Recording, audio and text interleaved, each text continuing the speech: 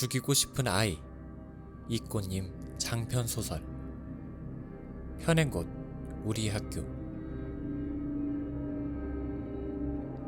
일러두기. 이 책에 등장하는 사건은 픽션이며 청소년 형사사건의 절차가 실제와 다를 수 있습니다. 소설 속 인터뷰에는 인물의 성격과 특징을 살릴 수 있도록 인말을 사용하였기에 맞춤법에 맞지 않은 말이나 비속어가 포함되어 있습니다. 1. 고등학교 1학년 재학생. 누구요? 박서은이요? 당연히 알죠. 아니요. 같은 반은 아니고요. 그냥 오다 가다 몇 번 얼굴 본 정도요. 솔직히 우리 학교 다니는 애들 중에 박서은 모르는 사람 없을걸요? 걔에 대해서 잘은 모르지만 저도 귀가 있는데 들은 소문은 있죠. 어떤 소문이긴요. 장난 아니에요. 하루 지나고 오면 새로운 소문이 퍼져 있을 정도라니까요. 애들이 궁금해서 박서은 SNS도 뒤져보고 그러는 모양이더라고요. 저도 그날 완전 심장마비 오는 줄 알았어요. 난리 났었잖아요. 처음엔 안 믿었죠. 학교에서 애가 죽었다는데 누가 믿어요? 거기가 옛날에 소각장이었다고 하던데요. 우리 학교가 좀 오래됐잖아요. 옛날에 쓰레기 태우고 뭐 그런데요. 요새는 아무도 안 가죠. 뭐하러 거길 가요? 괜히 으슥하고 무섭잖아요. 뭐 튀어나올 것 같고. 거기가 복도 쪽 창문으로 고개를 쭉 내밀면 보이긴 하는데요. 딱히 볼 일은 없죠. 운동장 쪽도 아니고 학교 뒤쪽이니까. 아니요. 저는 직접 보진 않았는데 어떤 애들은 직접 봤다고 하더라고요. 맨 처음에 발견한 애가 소리 지르고 그 다음에 우르르 몰려가서 경찰에 신고하고 그랬다던데요. 쌤들은 나중에 왔어요. 원래 한 발짝씩 늦잖아요. 그나마 누가 교무실 가서 말했으니 알았지. 아니었으면 경찰이나 와야 알았을걸요? 쌤들이 박서은에 대해 알았냐고요? 에이, 알았겠어요? 박서은 죽은 것도 한참 지나서 알았는데. 전 쌤들이 몰랐다고 봐요. 저도 박서은이 따인 줄은 몰랐거든요. 중학교 때나 따가 있지. 고등학교 오고 나서는 그냥 좀 못 어울리는 애들은 있어도 따는 없는 줄 알았는데. 알고 보니까 지주연이 박서은 따 시킨 거라고 하던데요. 대놓고 왕따 시킨 건 아니고 그냥 은근히 따돌리는 정도였나 봐요. 하여간 그날 이후로 애들 다 충격받아서 난리도 아니었어요. 처음엔 다 자살인 줄 알았죠. 지주연이 죽였을 줄 누가 알았겠어요. 상상도 못했지. 하여간 지주연 때문에 우리 학교 망했다고 다 난리예요. 솔직히 학생이 죽어나간 학교에 누가 다니고 싶겠어요. 어떤 애들은 그날 그거 보고 나서 수업도 못 듣고 좀 그랬어요. 전 아무것도 못 봤는데 소문만 듣고도 악몽 꾸고 그랬으니까. 그 와중에 다른 애들 따라잡겠다고 엄청 열심히 공부해서 성적 올리는 애들도 있죠. 아, 진짜 대단하다니까요. 대학 못 가서 죽은 귀신이라도 붙었나. 겁나 독한 거죠. 지주연이요? 걔에 대해서는 잘 몰라요.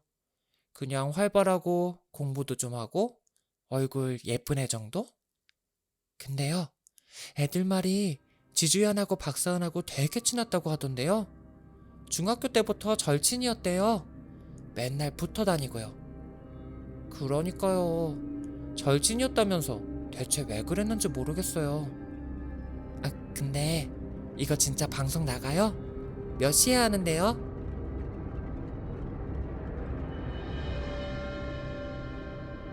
2.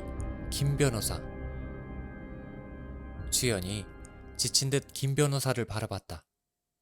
김 변호사는 자신이 옳다고 믿는 일은 반드시 밀고 나가는 저돌적인 여자였다. 인생에서 실패를 맛본 적도 좌절을 느낀 적도 없는 완벽한 엘리트로 이번 사건에서도 주연의 변호를 완벽하게 해낼 터였다. 김 변호사는 서류를 뒤적이더니 뭔가를 빠르게 쓰고는 빙그레 웃음을 지었다. 대충 됐네. 한 번 더 확인해보자. 그러니까 너는 서은이를 죽이지 않은 거야. 그치? 김 변호사의 물음에 주연은 대답 대신 짜증 섞인 시선을 던졌다. 서은이랑은 중학교 1학년 때부터 친자매처럼 붙어 지냈고 세상에 둘도 없는 절친이었다. 우리는 계속 이 사실을 강조할 거야. 명심해둬. 김 변호사는 자신이 시키는 대로만 하면 아무 문제 없이 풀려날 수 있을 거라고 했다. 하지만 주연은 김 변호사가 마음에 들지 않았다. 김 변호사는 분명 아빠에게 엄청난 돈을 받았을 터였다. 많은 돈을 받고 변호를 하는 것, 그것도 아무 죄가 없는 사람을 변호하는 것. 주연은 그것만큼 쉬운 일이 또 있겠나 싶었다. 그런데도 김 변호사는 아주 어려운 일을 해내고 있기라도 한 것처럼 굴었다.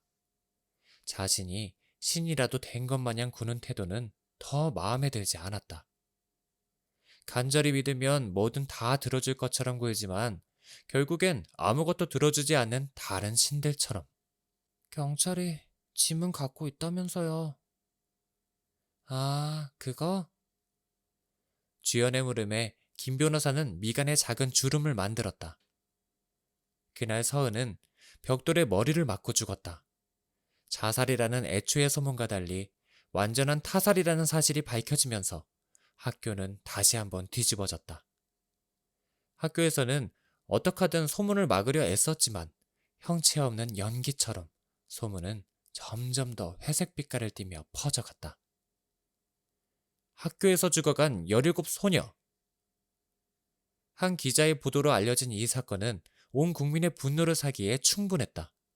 게다가 유력한 용의자로 지목된 주연이 같은 학교 친구로 밝혀지면서 사람들은 더 흥분했고 소년법을 개정해야 한다고 목소리를 높였다.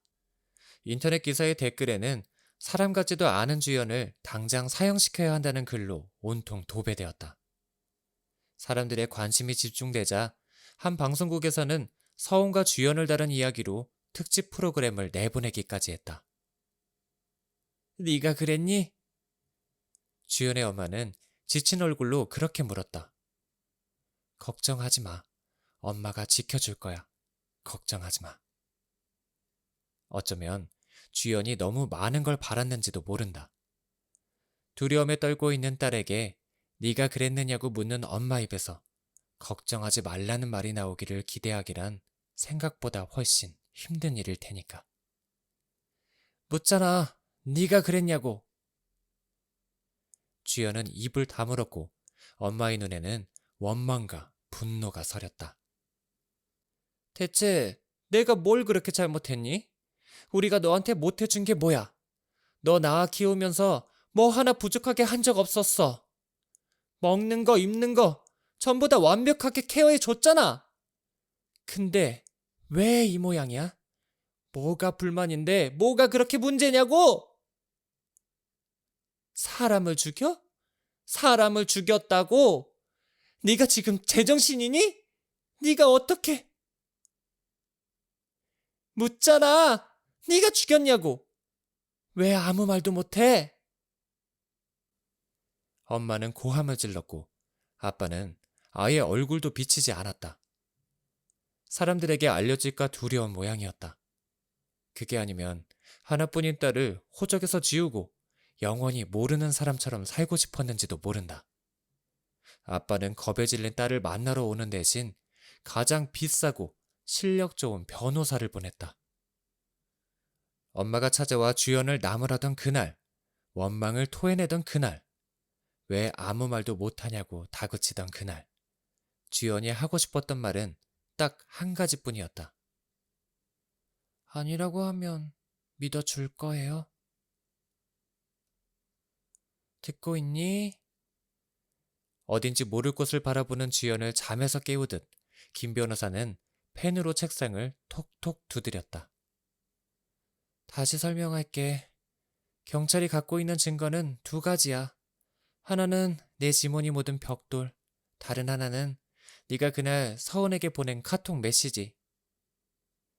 그날 주연은 서은과 크게 다퉜다. 경찰이 왜 싸웠느냐고 다그치듯 물었지만 어쩐 일인지 주연은 무슨 일로 다퉜는지 기억나지 않았다. 하지만 서은이 잘못한 게 분명했다. 서은이 주연에게 미안하다고 말했고 주연은 용서할 수 없을 만큼 화가 나 있었다. 그 사실은 카톡 메시지 기록에도 정확히 남아 있었다. 주연아, 아직도 화났어? 미안해. 내가 다 미안해. 잘못했어. 서은이 보낸 메시지는 그런 식이었다. 주연은 미안하다는 서은의 메시지를 한참 무시하다가 답장을 보냈다. 이따가 거기로 나와. 그게 마지막 메시지였다. 경찰은 주연이 보낸 메시지 속 거기가 학교 뒤 공터라고 말했다. 둘은 그곳에서 만났고 서은은 다시 잘못을 빌었을 거라고. 하지만 주연은 서은을 용서할 수 없을 만큼 화가 났고 홧김에 바닥에 있던 벽돌을 주워 서은을 내려쳤을 거라고 했다. 경찰의 말을 들은 주연은 혼란스러웠다. 정말 내가 그랬나? 내가 서은이를 죽였나? 주연은 정말이지 아무것도 기억나지 않았다. 자기가 왜 그렇게 화가 나 있었는지, 서은이가 그렇게까지 잘못한 게 무엇인지. 아니다. 주연은 똑똑히 기억하고 있었다. 서은이를 죽인 건 내가 아니야. 내가 안 죽였어. 주연은 아니라고 했고 경찰은 맞다고 했다. 서은을 죽음에 이르게 한 벽돌에서 주연의 지문이 발견됐고 메시지 시간까지 딱 맞아떨어진다고 했다. 모든 정황이 주연을 범인으로 지목하고 있다고. 주연이 모른 척 시치미를 떼고 있는 게 아니라면 너무 충격을 받아 기억이 나지 않는 것이라고. 그 벽돌에 너 말고 다른 사람 지문도 묻어 있는 거 알아? 김 변호사는 걱정할 것 없다는 말투였다. 주연은 안도의 숨을 내쉬면서 지난 며칠을 떠올렸다. 경찰이 찾아와 자신을 범인으로 지목했을 때 주연은 어이가 없고 당황스러웠다. 아니라고 하면 당연히 금방 풀려날 줄 알았다. 하지만 금방 풀려날 것 같았던 날은 하루가 되고 이틀이 되더니 점점 더 늘어났다. 네 지문이 뚜렷하긴 하지만 그렇다고 널 범인으로 몰아가기엔 문제가 있어. 확실한 증거가 있으면 널 이렇게 계속 내버려 두지도 않아. 증거가 없으니까 정황으로 추측만 할 뿐이지. 그러니까 누가 무슨 말을 해도 넌 지금처럼 네가 그런 게 아니라고만 하면 돼. 무슨 뜻인지 알지?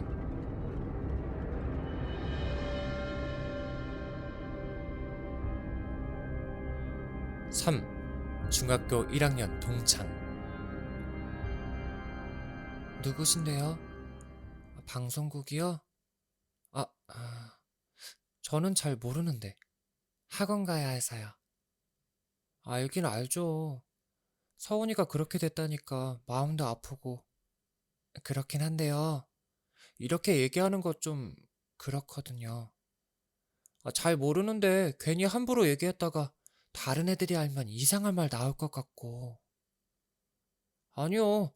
아까부터 자꾸 알고 있는 것만 말하면 된다고 하시는데 저는 아는 게 진짜 없거든요. 그냥 같은 중학교 출신이에요. 1학년 때 걔네랑 같은 반이었고요. 근데 별로 친하지도 않았고 그 뒤로 연락도 안 해서 잘 몰라요. 진짜 서운이 억울한 걸 왜 저한테 그러세요? 찝찝하게. 진짜 아는 것만 말하면 되죠? 근데 이렇게 말하는 거 확실하게 신분 보장돼요? 모자이크랑 음성 변조요? 그거도 제대로 안 하면 누군지 다 안다던데. 저는 방송은 안 하고 그냥 아는 것만 말하면 안 돼요? 카메라 끄고요. 정 그러시면 음성 변조한 목소리만 내보내시든가요. 전 주연이가 착하다고 생각했어요. 서은이가 초등학교 때 따였대요. 애는 착한데 좀 소심하고 내성적이라 그랬던 것 같아요. 1학년 때도 어떤 애가 서은이 초딩 때 왕따였던 거 밝히는 바람에 서은이랑 놀던 애들 다 떨어져 나갔어요. 한번 왕따 당하면 계속 가거든요. 애들끼리 좀 그런 게 있어요. 왕따였던 애들이랑 놀면 같이 왕따 되는 것 같고 왕따가 안 되더라도 찐따 정도는 되니까. 좀 그렇잖아요. 그때 주연이가 싸워준 걸로 기억해요. 뭐라고 그랬더라? 초딩 때 왕따여서 뭐 어쩌라고. 그 얘기하는 이유가 뭔데? 쪽팔리지도 않냐? 남의 사생활을 왜 함부로 말하냐? 그랬던 것 같은데.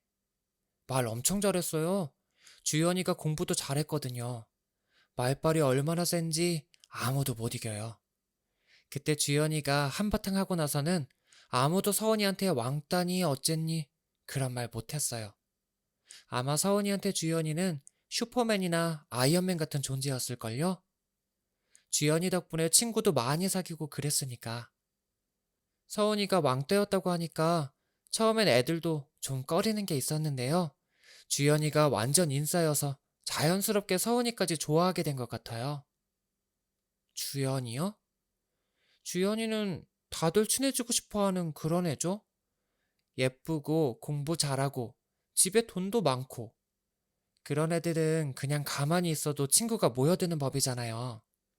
주연이가 서원이랑 친하게 지내니까 주연이랑 친해지고 싶어 하는 애들이 서원이한테 잘해주게 되고 그러다 보니까 같이 어울리고 서원이는 솔직히 말해도 돼요? 서원이는 좀 그런 애였어요. 그냥 하고 다니는 것도 찌질하다고 해야 하나? 공부도 못하고 얼굴도 뭐 그냥 그렇고 집도 좀 못 사는 것 같고 왜 존재감 없고 그닥 친해지고 싶지 않은 그런 애 있잖아요. 딱 그런 애였어요. 당연하죠. 친구 사귈 때 다 따져요.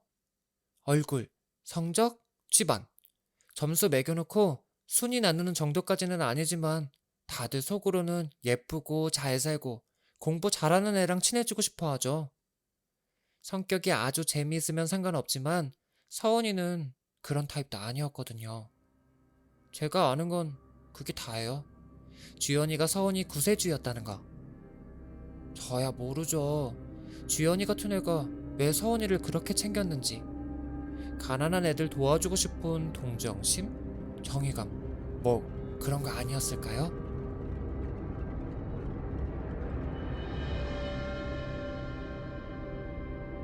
4. 프로파일러. 안녕, 네가 주연이구나. 이 남자는 이전 경찰들과 조금 달랐다. 주연이 도통 입을 열지 않자 경찰은 프로파일러를 동원했다. 프로파일러는 누구보다 능숙하게 용의자를 다룰 줄 알았고 나긋나긋한 목소리로 사람을 안심시켰다. 그래서였을까? 싱글싱글 웃으며 인사를 건네는 프로파일러를 보자마자 주연은 아빠가 떠올랐다. 아빠와 닮아서가 아니라 너무 달랐기 때문이다. 주연의 아빠는 쉽게 마음을 주는 사람이 아니었다. 무뚝뚝하고 표현하지 않았으며 늘 바쁜 사람이었다. 아빠는 자신이 바쁘게 지내는 것을 주연이 늘 감사하게 생각해야 한다고 말했다. 네가 누구 덕분에 이렇게 누리고 사는지 알아? 아빠 말이 맞을지도 모르겠다. 겉으로 보기에 주연의 삶은 남부러울 게 없었으니까. 주연은 언제든 해외여행을 가고 가격에 상관없이 남들보다 먼저 유행하는 물건을 가질 수 있었다.